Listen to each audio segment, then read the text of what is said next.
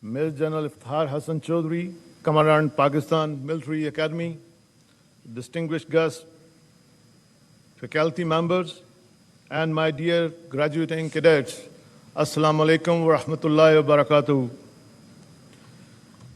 It is a matter of great honor for me to attend passing out parade at Pakistan Military Academy at Kakul. On this happy occasion, I congratulate the future leaders of Pakistan Army on the successful completion of basic military training at this premier institution. My appreciation to those who have won distinctions through their commendable performance. I'm indeed happy to see lady cadets being part of today's parade, which signifies their resolve to take up the challenge of joining this demanding profession. I also extend my heartiest compliments to the graduating cadets from friendly countries of Iraq, Maldives, Mali, Nepal, Palestine, Qatar, and Sri Lanka for achieving this milestone. I am sure you will not only keep the flag of your nations high, but also of this great institution and be the ambassador of Pakistan in your respective countries. Dear cadets, Pakistan Military Academy is one of the best institutions in the world that transform the cadets into responsible leaders. Your immaculate turnout and impressive parade marked by precise drill movement speak of the lofty standard of training. Indeed, you are entering the officer community of Pakistan Army and carry the hopes of the entire country on your young shoulders. You are entrusted with the noble mission of defending motherland, and there is no greater honor than to be the guardians of this great nation. Always remember, before you is the glorious history of supreme sacrifices by the officers and Jawan of Pakistan Army. Therefore, joining this elite force places upon you the responsibility of upholding the proud legacy of Shuhada and Ghazis of this great institution. As such, you must be a symbol of valor and courage for your men and lead them by personal example. Your primary obligation is to train and prepare your undercommand to defend the motherland, even at the cost of own lives. Ladies and gentlemen, I am proud that the defense forces of Pakistan are professionally competent and well-trained to cope with all internal and external challenges. Alhamdulillah, they are equipped and trained in line with the dictate of modern warfare parameters. This capability was amply demonstrated by Pakistan's resolute and unified response during Markah Operation Bunyan al-Mansoor in May 2025, which stunned the entire world.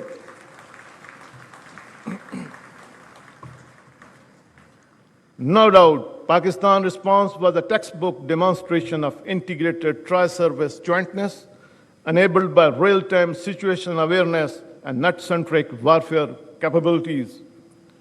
This synergy across land, air, and sea forces allowed for precision engagements, overwhelming lethality, and rapid tempo.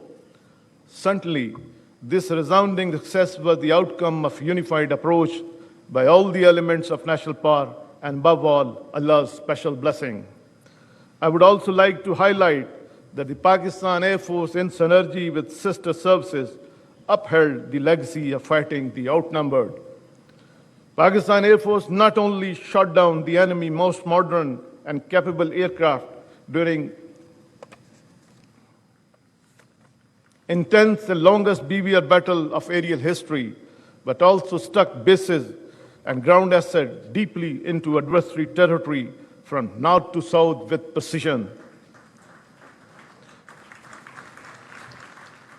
Besides neutralizing state-of-the-art defense system S-400, as well as command and control center at different places. Indeed, the enemy was utterly surprised by Pakistan Air Force indigenous developed homegrown kill chain, comprising unmanned system, electronic warfare, equipment, space, and cyber capabilities, with a well-integrated command and control network, which was smartly executed through a remarkable display of well-choreographed multi-domain operation employed for the first time by Pakistan Air Force in the history of warfare. Without any doubt, Pakistan Air Force could have gone further, but showed matchless responsibility and restraint as we inherited a mature strategic culture. Certainly, the ecosystem employed by Pakistan Air Force during Marka was not developed overnight, but was the outcome of a comprehensive strategy of restructuring, modernization, and indigenization campaign undertaken by Pakistan Air Force during past few years. Let me share that robust, well-thought out modernization plan with a focus on niche technologies has reinforced our national security with long-term sustainability. No doubt, the indigenous battle-tested capability developed in record time gave us the immense confidence that our sovereignty will never be undermined by any aggressor, inshallah. I take this opportunity to convey that our journey on path of self-reliance that the Pakistan Air Force has pledged to follow continues unabated in order to befittingly address the emerging new geopolitical realities in the region. Therefore, the Pakistan Air Force is vigorously pursuing dozens of projects of strategic significance. I'm happy to highlight that some of these projects are in the development stage and quite a few are near completion, which will not only add to the frontline capability of Pakistan Air Force in particular, but also of defense forces in general.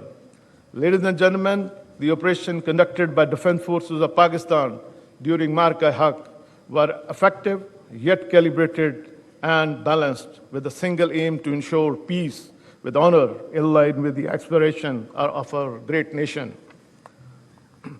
However, this humiliating defeat, our adversary is bent on undermining peace of our beloved country, directly as well as indirectly.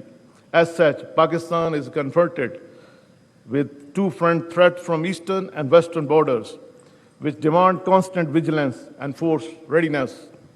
It is heartening that the defense forces of Pakistan are constantly demonstrating high standard of operational preparedness with a proactive approach to address this challenge. Here I must appreciate the matchless sacrifice by the Pakistan Army and paramilitary forces, especially in the war against terrorism. I am confident that their dedicated struggle and supreme sacrifices will bear fruit in eliminating this menace. Ladies and gentlemen, the world today is highly volatile, witnessing unprecedented shifting power dynamics. More so, regional conflicts are no longer isolated events. They lead to a global crisis impacting economies and thus affecting people's life. Despite the far more complex environment, Pakistan is actively pursuing a policy of regional and global peace and has emerged as a world stabilizer. Pakistan's efforts towards world peace are acknowledged and supported by the international community. Here I must appreciate the national leadership and in particular Chief of the Army Staff and Chief of Defense Forces for his outstanding contribution and untiring endeavors toward global peace.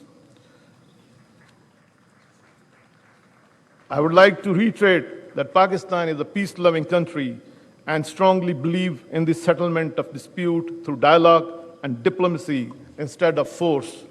While Pakistan has full capability of befittingly respond to any aggressor, we expect a mature stance from the adversary to resolve the issue of Indian illegally occupied Jammu and Kashmir in accordance with the United Nations resolution and aspiration of Kashmiri people. We also renew our pledge to continue moral, political, and diplomatic support of Kashmiri brothers in their just struggle of self-determination. Ladies and gentlemen, before I conclude, I would like to especially commend the Commandant Pakistan Military Academy and his well-motivated and professionally competent team for their concentrated effort towards training and grooming of this energetic youth. I once again congratulate the graduating cadets and distinction holder on their well-deserved accomplishment. I also offer my congratulations to their parents and family. May Allah grant us strength to serve our beloved country with honor, dignity, and responsibility in line with the finest tradition of our predecessor. Ameen. Pakistan Army, Zindabad. Pakistan, Paindabad.